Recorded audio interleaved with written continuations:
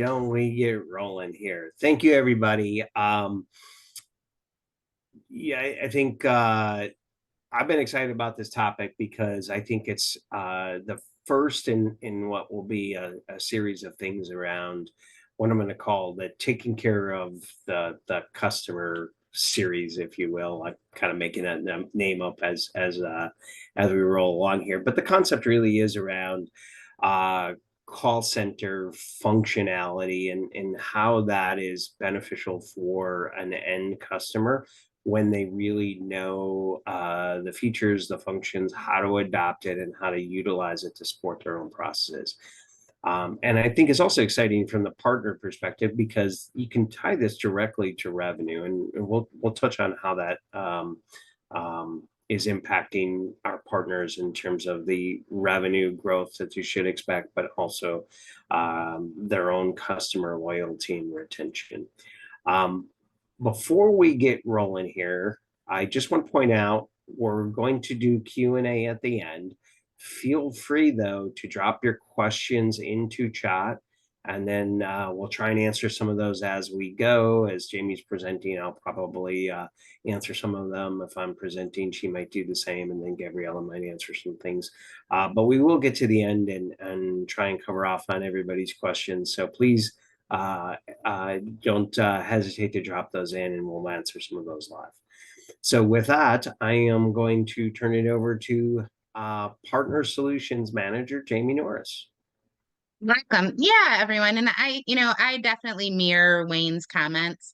I'm really excited to do a webinar about call center. We've done it for partners in one-off situations, but I don't believe we've ever introduced it in this way to the masses, which is nice. So just to set some expectations, this is high level. We can and we will go deeper in conversation in one-off basis. We have some Net Sapiens rock stars that can help us creatively build what you want. But just remember, we're doing high level here. So if you have questions or one-offs, we'll definitely take those as they come. So I will hop right into it. And today's agenda. So we're going to do an introduction into what is, the call center solution that you have today. How will this increase your sales, right? How do we set up agents and supervisors, and what kind of functionality do those roles have? And we're going to specifically dive into call center supervisor features. We're going to show you an overview of what you can pull in supervisor reporting. Then we'll have our question and answer, and please stay to the end because we have some exciting news on what's coming soon. So I'm pretty pumped about it, but you guys know I'm slightly, nerdy like that. So, but stay tuned till the end. And then, Wayne, did you want to do introduction, or do you want me to talk about this here? You want to go ahead with these bullet points here? Yeah, as I talk to partners, you guys know I'm pretty engaged with our partner community. Often I feel like call center, what we have today gets overlooked just due to the fact that we're not thinking outside the box, that this could be beneficial for non-call center atmospheres that we dive into with customers. Call center solutions, even though we call them call center, it's more like an experience, right? So it's not just for traditional call center environments. This solution can benefit any customer who's looking to track inbound call flows for whatever reason. It's just up to us as the experts to uncover that, right? So I want you guys to keep an open mind that this is not just for like those traditional, inbound call centers for, if you're calling in about an order that you had, or, I want to get deeper with it. So how does this increase sales, right? So I'm going to kick this over to Wayne, and Wayne's going to talk about increasing sales. Great. Thanks, Jamie. Welcome. So when I think about this, it takes me back to a previous job where I was running channel sales for an organization that sold both on-prem and UCaaS solutions. And if I looked at my analytics, I could tell that our win rates were double when we were doing the demo. So interesting in and of itself, but if you sat in on some of the demo, you'd start to understand a little bit about why that is. And the reason that is because we started focusing on the value that the service can provide to the customer. And this is where you change the discussion. This is how you win the deal, right? So you look at the business and you understand a little bit about what the business is doing, and you can bring a solution to them that adds value. You're suddenly in a different place, and you're in the driver's seat on that deal. And it's not just a decision around cost. So things like being able to identify high and low performers on the team, very helpful to an organization. Um, and you occasionally see me wander into a couple stories here, but I takes me back to an incident where I had a potential customer that we were selling to, and small group of inbound folks. So they had 4 people, but there was a lot of friction in the workplace because 3 of the 4 people believed that the fourth person was not necessarily picking up their end of the work. And the reason is, if you thought about what was going on in the environment, it's a ring all situation. And the first person to pick up the phone is the one who's dealing with the situation. The last person to pick up the phone can really avoid that work. But that particular manager didn't really have a way of understanding what was happening in their environment. So we walked through features and functions and reports and stuff. And you get to this place where suddenly the light goes off. You mean I can tell how many calls every person on my team has taken in a day, a week, a month? Yes. And that brought a lot of joy because it was creating such amount of headaches for the manager, that just being able to get some very basic information, and maybe even the things that we take for granted because we're in this business. But I think it's important to understand that when you're selling to somebody, they don't know all of the features. They don't know how to use all of the things. And if you look at the total number of features in NetSapiens, there's a lot. There's hundreds of features in there, but being able to get them to adopt the ones that are meaningful to the business is always the challenge here. So Jamie will walk through some of these things in terms of helping you understand some of the features and functions. But I think if you go through this and understand that sometimes this is a management decision, and they're looking for opportunities to coach and praise employees. They're looking for a solution that scales. So a smaller company, you just kind of look around the room and you've got a pretty good picture for what everybody's doing. But if you have a distributed workforce, you have people from work from home, you maybe even have some people overseas. Well, now how do you do all of that? Well, you have to rely on your technology to help you manage, and that's where the features within NetSapiens can really help you. And I like to think of this also as a way to help a manager make staffing decisions, do performance evaluations at the end of the year. But probably the most important thing is that customer thinks about their customer and what their customer's experience is going to be. And if you can couch this in discussion in terms of how you're going to help them do all of these things and improve the customer experience, that's where you start to win deals. So Jimmy, you want to go to the next slide? Yes, sir. The other thing to consider here is there's this idea that if you provide a system and the customer doesn't use all of these features, they're much more likely to churn. So you see this in the SaaS environment. It's very important in the SaaS environment to make sure that customers are really utilizing the systems to the fullest extent. And under that thinking, you want them to be really using the things that provide value to the business. And so this concept here is that if you're selling them something and all they're doing is they've got a phone on their desk and they're making and taking calls from that phone, they're picking up voicemail, they're not really integrating their work environment very much with the system. Highly likely that somebody with a lower cost comes along and since we talk that customer into leaving you and joining another service. So think about this as a way to kind of solution sell to provide a little bit more value, even if it's an existing customer. You can go back and have consultations a couple times throughout the year, understand how their business is changing and how you might apply some of these more advanced features. So, Jamie? Yes.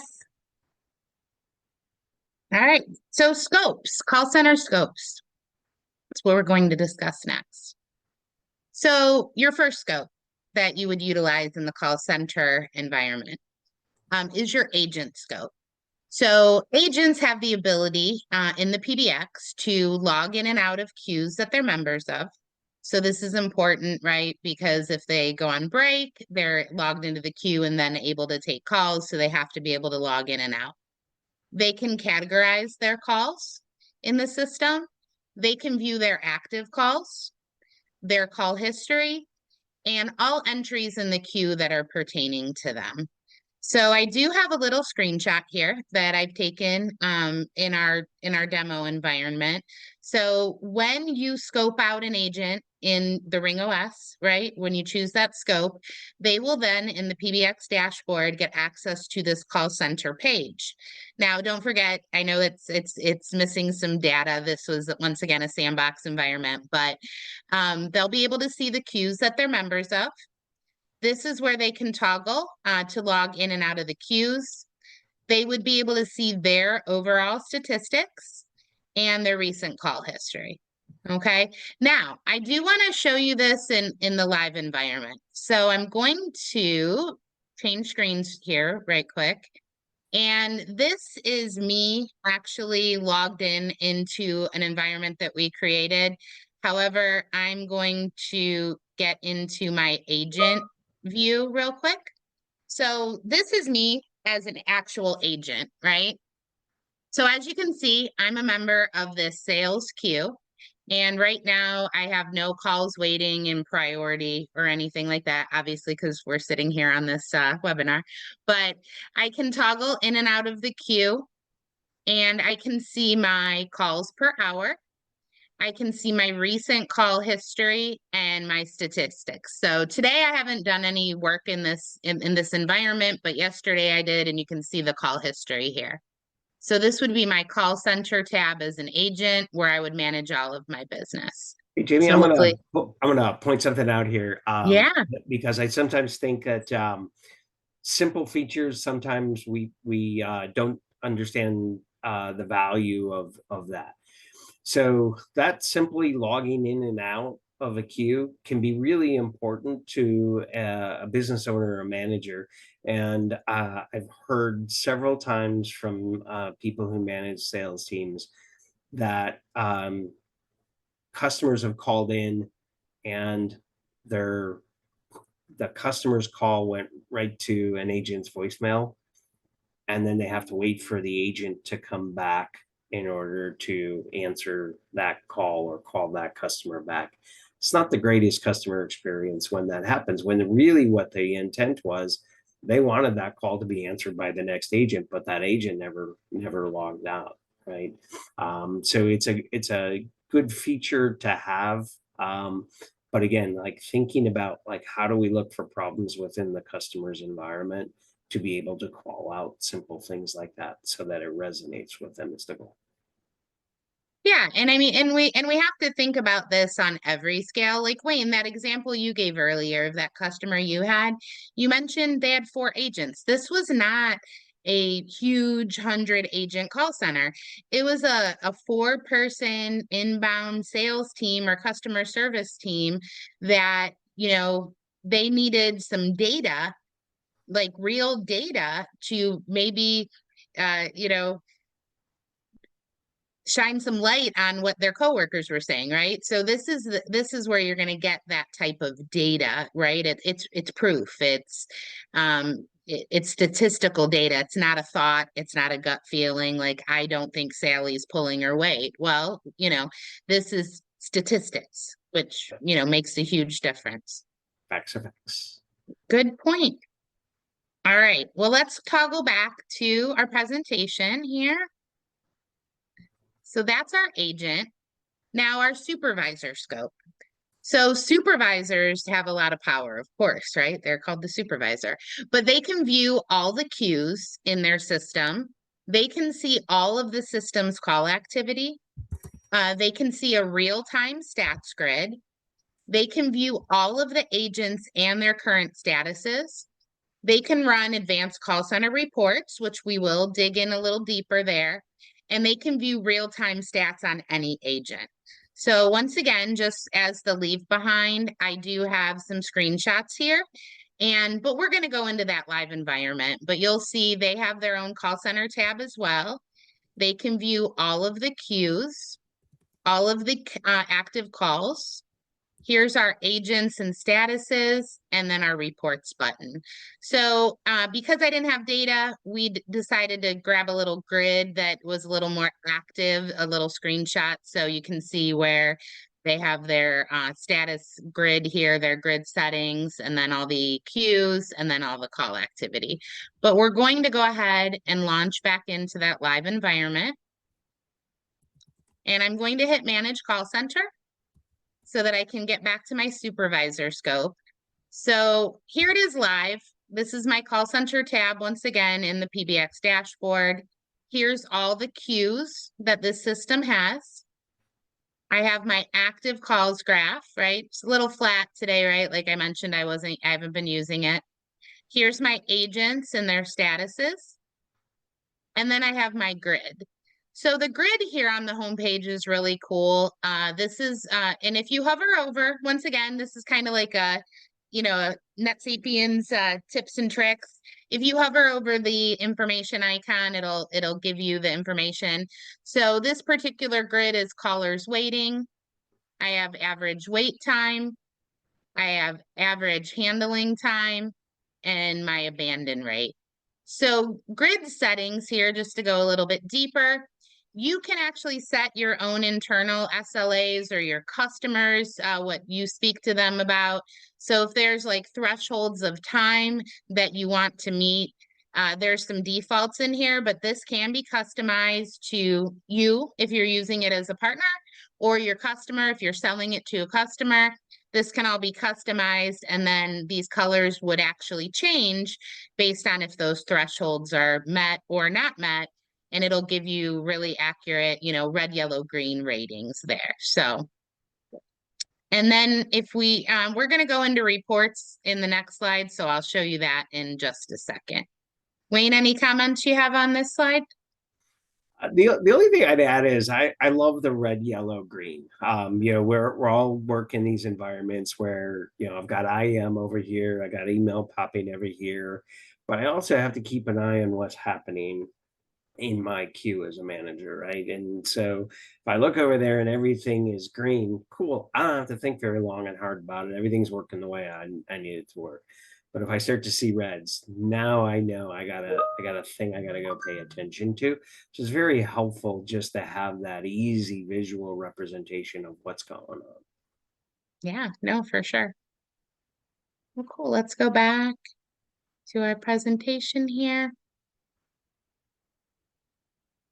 So statistics, right? That's what we really want. This is that data that basically provides everything that we're telling you about. So on that homepage, like we just discussed, you can view callers waiting, average wait time, average handling time, the abandon rate of calls, calls answered, and the call volume. So we did kind of took you into a little sneak peek when we were in the live environment of that right there on the homepage, that red, yellow, green. So here it is once again. And then I do want to talk a little bit about the Snap IQ analytics board. So within the call center environment, you can create analytics boards so that you can launch them, and it'll quickly show you and identify categories that are important to you or your customer. So in this particular board, I wanted to see all of my agents and their statuses. I wanted to see the peak active call times. I wanted to see my queues, right? And how many agents were available. I wanted to see my top 3 queues. Oh, And there we go. Sorry, hit the little mouse. And then I have my active calls monitor, and then my agents online, and my average talk time. So these Snap IQ boards are customizable, and I will show you in the live environment when we get back in there where you can create those. So call center reporting, right? So this is our inbound reporting. So there are specific reports that you can run, and Wayne and I kind of were bouncing things off of each other, and we were trying to create use cases that you guys could apply to, like what we're thinking of as those non-traditional call center customers. So the first report that you can run is based on queue statistics, right? So when we were kind of brainstorming, we thought about like overuse of specific agents. So Wayne kind of actually already touched on that in his previous story, right? You had 4 people in a ring all queue, and they were kind of feeling like one of their teammates was not contributing as much, right? So queue statistics can show you, is there overuse of specific agents in that queue? Right? So I think Wayne, you talked about that earlier. Um, Abandoned calls, right? So why is abandoned calls important, right? If we're seeing a statistic where calls keep getting abandoned, meaning like the caller is hanging up, to me that would draw a question like, do I have staffing issues? Are my agents being effective? Is my call volume going up to where I need to hire more people? Wayne, do you have anything you want to contribute on abandoned calls? Yeah, I think of abandoned calls. Certainly, brings up the idea of like, am I properly staffed? But the real overarching theme to abandoned calls, it's a bad customer experience, right? And I think that is a key statistic for people, and so yeah, I'll use a phrase here that I learned many years ago from my director of support. When everyone is responsible for a call, no one is responsible.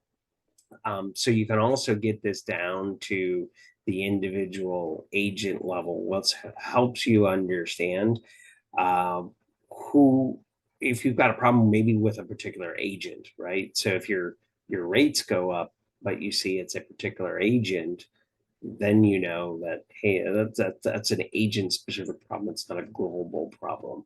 But you'll frequently see that kind of thing happen when you've got a ring all strategy, which I know is very, very common, but it also leads to call it lots of anomalies in reporting. So it's also something to pay attention to. Yeah, no, awesome. Specific agent statistics, right? I mean, the one that popped out in my head, right? We want to identify high performers and low performers, right? High performers, it's nice to congratulate people for doing a job really well. Low performers, it's coaching opportunities. Maybe they're just leaning back and letting, other people take the lead, like like we talked about earlier. So being able to pull factual data on specific agents is awesome. Like we addressed earlier, uh, coaching, it can be part of performance reviews. Sometimes smaller businesses don't really know what to evaluate their employees on, right? Everyone's wanting a raise, but you don't have the data to back you up for some of those things. Agent availability, right? Are people in place during our high traffic times of the day, right? Everybody wants to go to lunch at noon, but that's when our tummies start rumbling. But if our call volume increases because our customer base also has time to call in during their own lunch breaks, maybe we're not prioritizing our high traffic times of the days with the agents that are available. So this would, to me, help small businesses, especially, determine when their customers are calling in and what agents need to be in play there. Dialed number stats. So this was an interesting one, and Wayne and I were chatting about it. Obviously, we prep for these webinars. We don't really throw them together on the fly. But and this has happened in my head, and Wayne brought it up, and I was like, oh yeah, duh. But marketing efforts, right? Like dialed number stats. How many people and businesses invest all this money in marketing, right? And when Wayne brought this up the other day, this story came into my head. I had a partner who had a customer who was a heating and cooling company. And this customer utilized billboards a lot, right? Because he's in Florida. It's hot in Florida. If your air conditioner goes out, that's like, cardinal sin, I think. So this heating and cooling company was putting all these advertisements up, and the partner and I were chatting, and the question was like, man, this customer's very slow in users. It was like four, but they had hundreds of phone numbers, hundreds of DIDs. So I was like, is this right? And he's like, well, yeah, Jamie, he buys up all these billboards that have like companies that have went out of business. And I said, well, how does he track that? And he's like, I don't know. He just keeps buying numbers. So we had actually discussed this dialed number stat because we could track billboards in a certain area that he was buying and spending all this money and seeing if the calls were flowing into his business. So to me, like that marketing effort, being able to track that with like a phone number on inbound calls was super cool and important use case. But once again, not a call center environment traditionally. It was a heating and cooling company, but they received thousands of inbound calls. Anything you want to add to that, Wayne? So about a humorous billboard. So I live in Chicago. So there, you driving down the highway. It goes back a little bit, but there's a billboard that says, "Is your wife hot?" And then the very next billboard is, "We can help." And it's a heating and cooling company. That's some great advertisement. Yeah, I yeah, would yeah. have loved to see their dialed number stats, right? Yeah, your story just triggered that vision of my billboards and heating and cooling company. So yes, Well, good. We kept it PG, right? So, exactly. um, cradle to the grave reporting, right? I like to call, which is my own internal joke, and I'll make myself laugh, but cradle to the grave reporting to me is like, I call it SIP flow for dummies, right? And me being the dummy, I'm not making fun of anybody, but cradle to the grave reporting, we can show you once I get back into the live environment, but it puts an end to like call disconnections, I feel like, especially. But we'll go in and show you and maybe put a little color behind it when we get into there. So let's go ahead. I believe I have some screenshots on this just for documentation, but let's go check this out live. So I'm gonna go head back into our environment.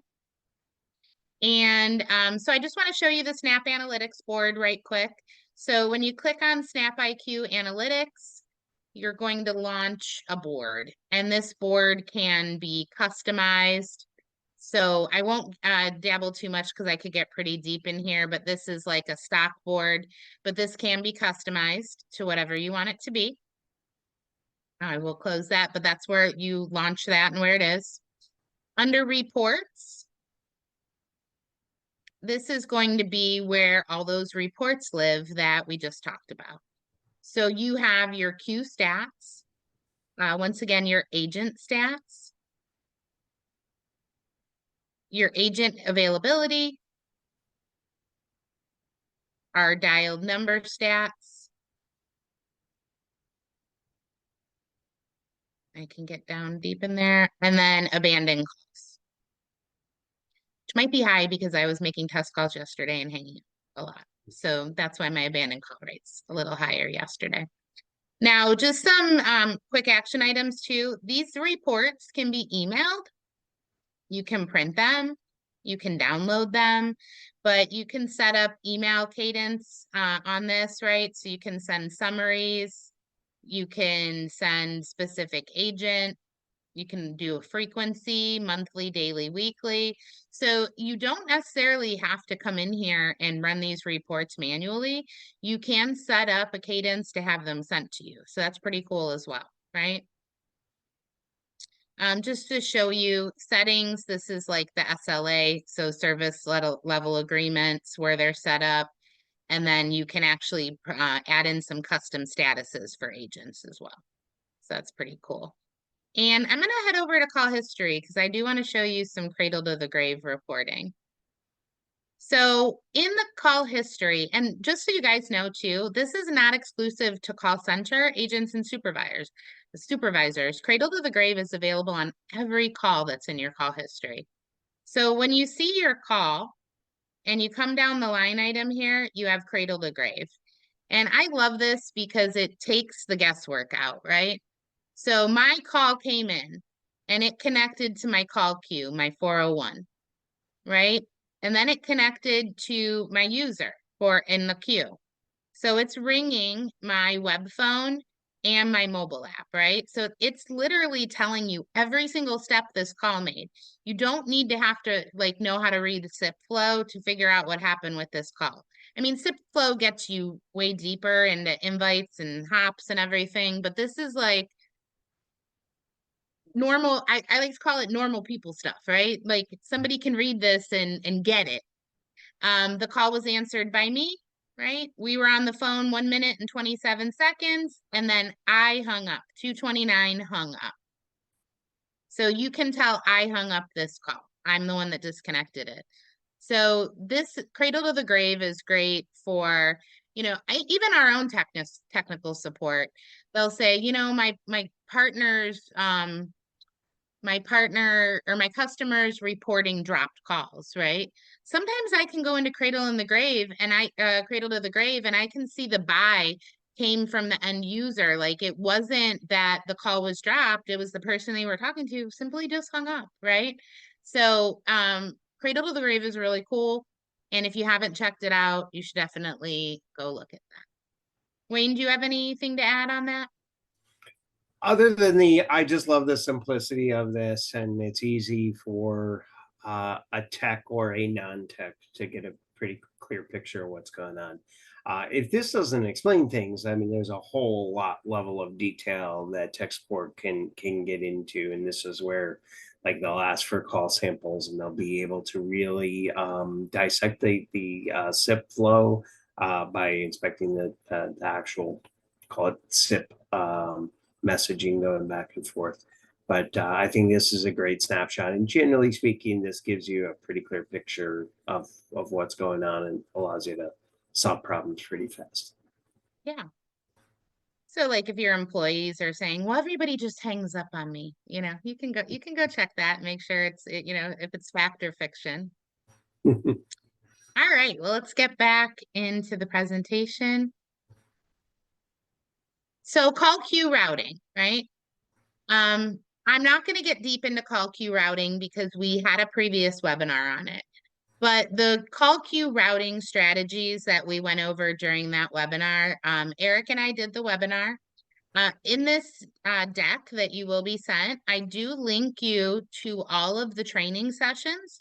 So post that webinar, we created training sessions on each call queue strategy. So round robin, we already had ring all in there, linear hunt, how to stack queues, and how to add remote agents in queues. So those are all in RingLogix University. I don't want to reinvent the wheel and make this a queue routing strategy webinar since we already had one.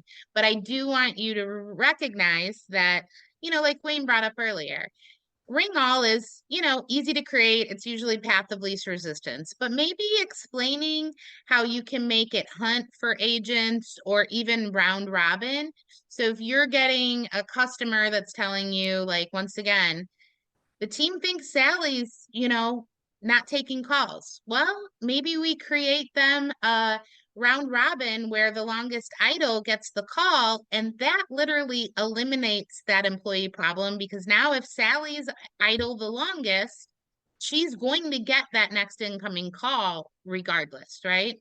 So sometimes queue routing strategies, I don't want to say can fix employee problems, but it can eliminate some of those employee problems by just creating a queue routing strategy.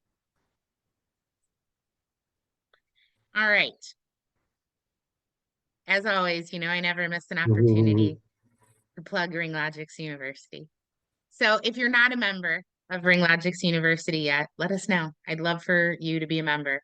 I want to add you in there. I want your feedback. I want it all. You guys know me. I want it all. But I will never miss an opportunity to plug it. But RingLogix University is available. I'm always looking for suggestions on new courses to create for you. And I'd love to get feedback on the existing ones. I think Ken Stoffer's on this call. He gave me feedback. Just a public thank you, sir, for that. But I'll never miss an opportunity to plug it. So, um, partner care. Let's do we want to go through questions before I plug partner care, Wayne? Um, Do we have some questions that we yeah, got? there's a couple questions. Let me bring those out. Carl had a question. I had used an example about a agent who forgets to log out, leave for lunch, whatever, break, and the call goes to their phone, winds up in the voicemail, and now it's totally contingent on when that person comes back and gets around to returning that phone call. So not the optimal customer experience. But Carl brings up the call it inverse of that problem is okay, they logged out. What if they forget to log back in? So it's a good question. There's a couple things to consider here. One, I as an agent, if I'm not receiving phone calls, probably means that I'm still logged out. So there should just be a flag in the agent's mind that, hey, I'm here, everybody else's phone is ringing but mine. What's the problem? And this is where being able to monitor your own dashboard and look at what you're doing on a day or hourly basis is really helpful. But there's also this concept of you establish a policy and you want to have your technology support your policy. So I, as a supervisor, can have a report that helps me understand like log in and log outs and things of that nature, abandoned calls, all of that contributes a an understanding of what I've got to coach my people on. And so understanding your policy, training your people on your policy, and then using the technology to enforce how you want that to work. And if the requirement is you log out, and then when you return, you log in. It won't take very long before the habit is ingrained in a new employee and it just becomes part of the culture.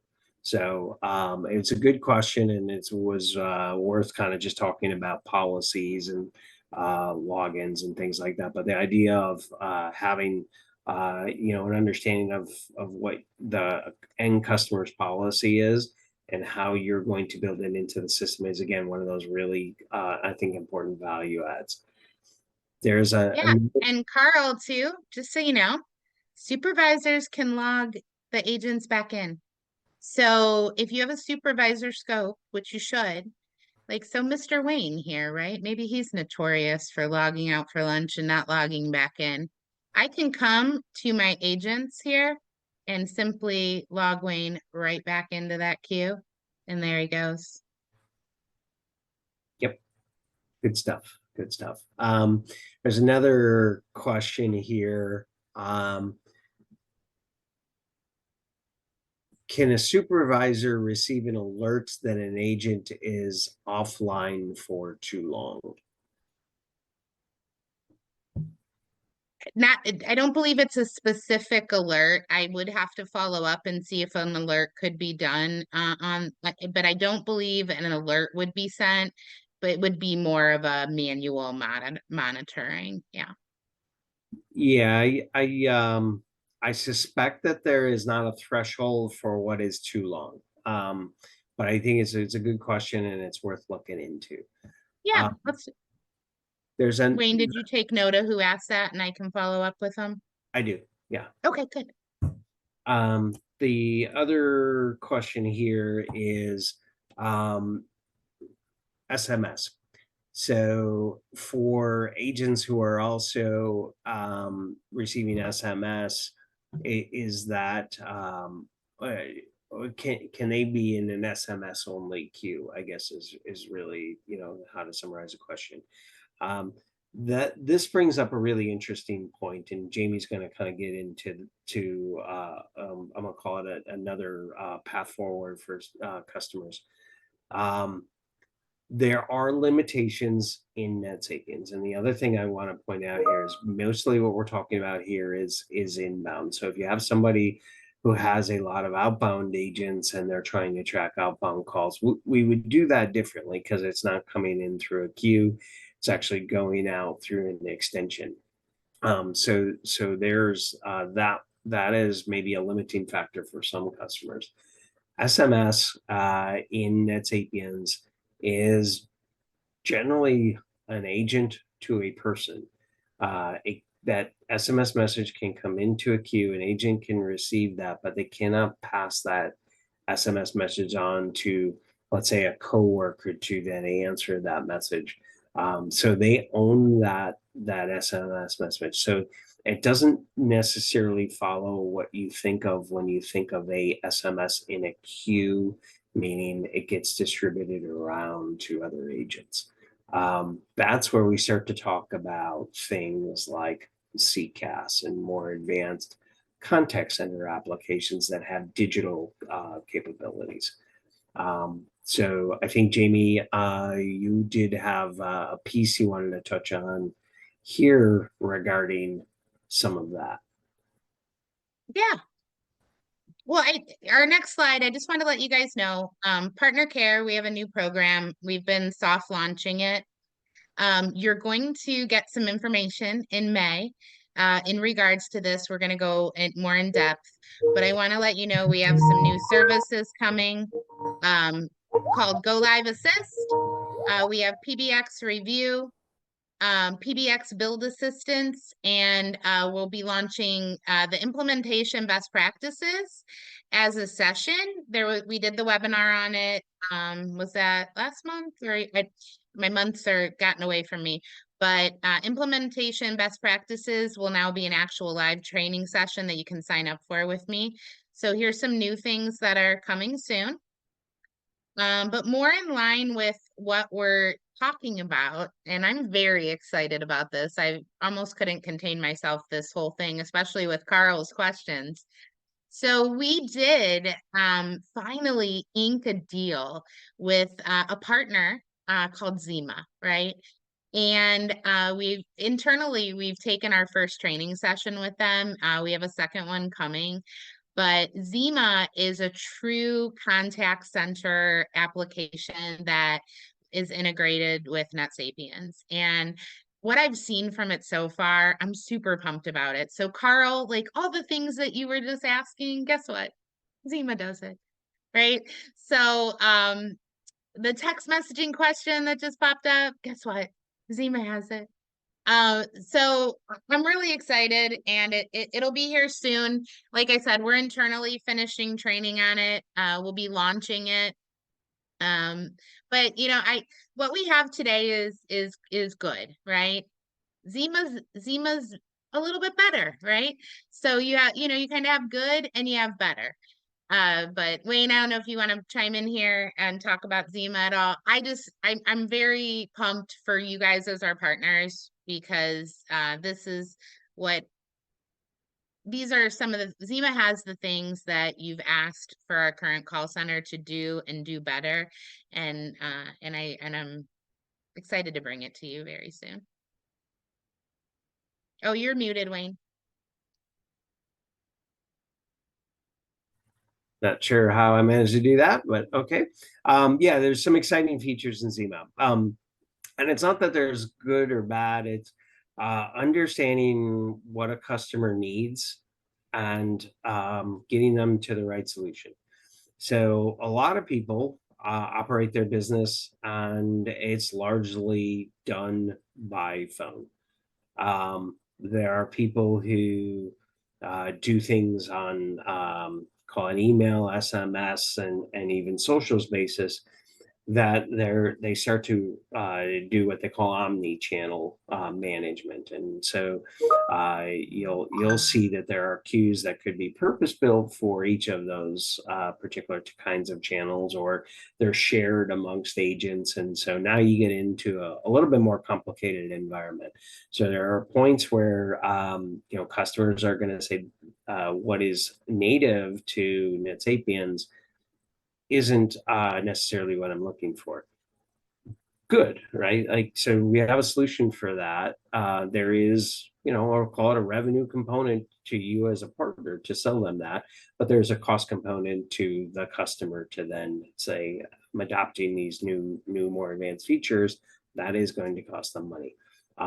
And you'll see a lot of them won't bat an eye because relative to the market, when you look at five nines, and I've been on, call it five nines calls, sold five nines in the past, and the 5.9 cost can be over $100 per user, and when you start factoring in really advanced applications with supervisor control, it can be $150 per user, right? So there's a lot of costs that go into that sort of thing. So you don't want to oversell the customer because then you lose the deal. It's mostly where's the right requirements. Let's figure out what's the right solution is for them. And then as you need to, you kind of step up into a package like a Zenit to kind of help that.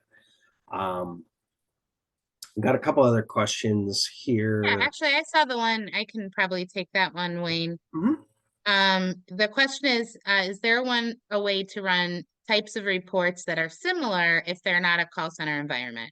So yeah, they don't have to be the call center environment, but you have to have a supervisor scope set up to run those reports, right? So if they want to run reports on abandoned calls, yeah, absolutely. But you do have to have a supervisor scope to be able to run that specific reporting on that.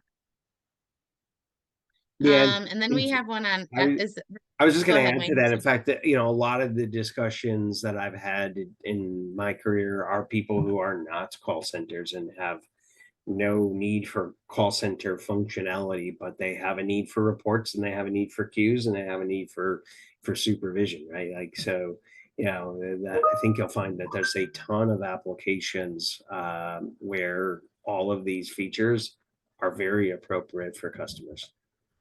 Yeah, and actually the Zima guys, I'll steal it now since we announced it. They said something in our training that I think is applicable here. Sometimes you have to replace the word agent with something else that's based on the business that you're talking to. So maybe they're not an agent, but they're customer service, right? And replacing the call center, this is an experience. It's a customer experience. What's your customer experience? So, we need to kind of take the call center verbiage out of play and apply it to the customer that we're working on, and maybe come up with new verbiage that accurately describes what your customer is looking to do, right? We don't have to use call center as the word. It's just the most basic one that we use to describe it. Did we touch on the SMS one? We mentioned SMS. So Newman's question here is, how do I get SMS to reach all of the agents?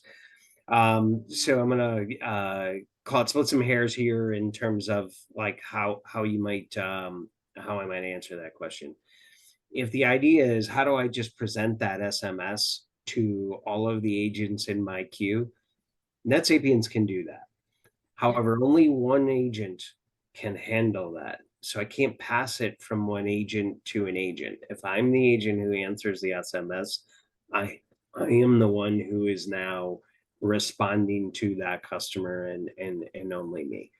So there is a little bit of a, call it, nuanced answer to that. But if you're looking for more of a call it full blown SMS queuing call center passing agents, and you also see in this environment you'll have autoresponders and things like that, opt in and opt outs, and those kinds of things now put you up into more like a Zima CCAS kind of environment.